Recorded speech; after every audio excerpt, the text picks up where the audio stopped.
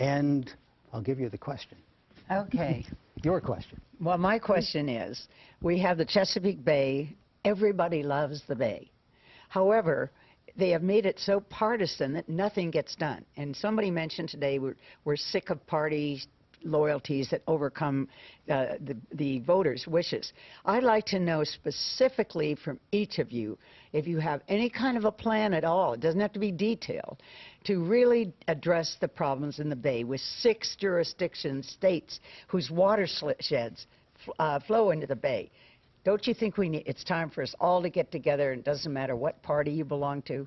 Let's start there with Mr. Brown. Absolutely, and thank you for the question. We've made a lot of progress over the last 8 years, and here's how we did it. We had to bring Republicans and Democrats, but not only that, we had to bring farmers and environmentalists. We had to bring representatives from our urban centers working with our rural and suburban communities. And what have we done?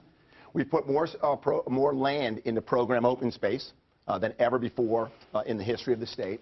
We've enrolled more farmland in the cover crop program. In fact, it's oversubscribed, and that reduces the agricultural runoff into the Bay.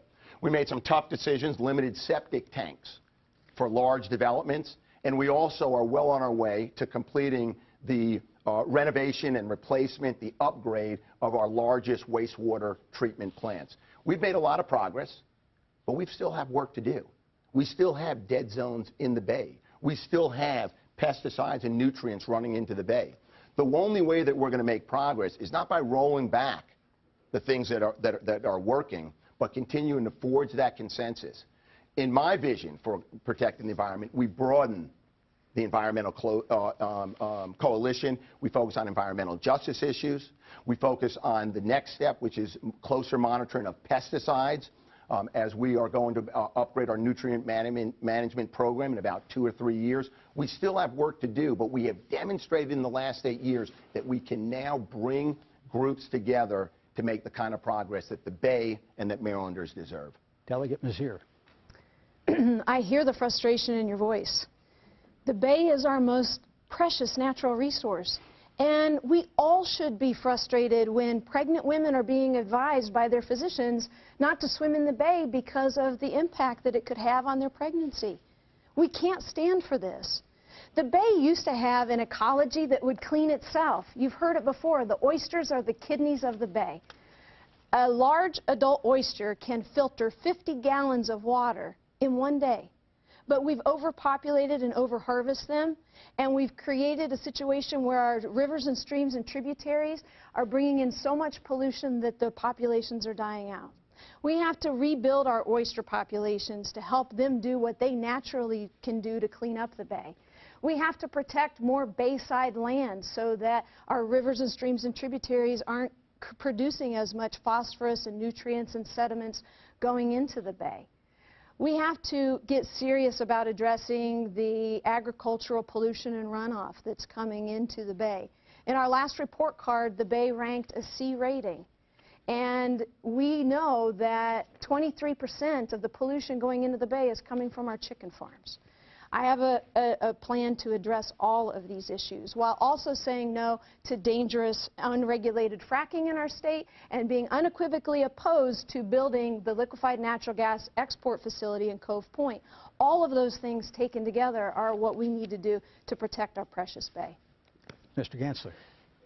You're going to hear a lot tonight about what we have done and my plan.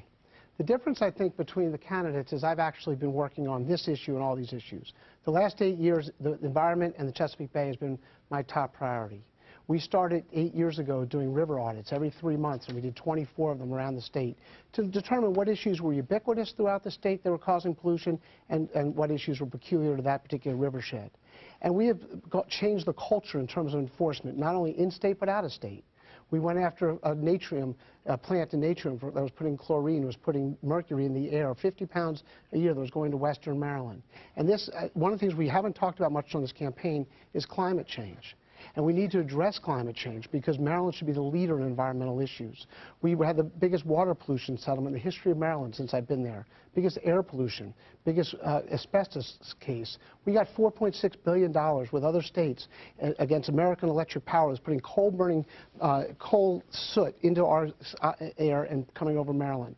We have some of the worst air quality jurisdictions in the country here in Maryland. We're #1 for lung disease from pollution, and our bay is literally dying.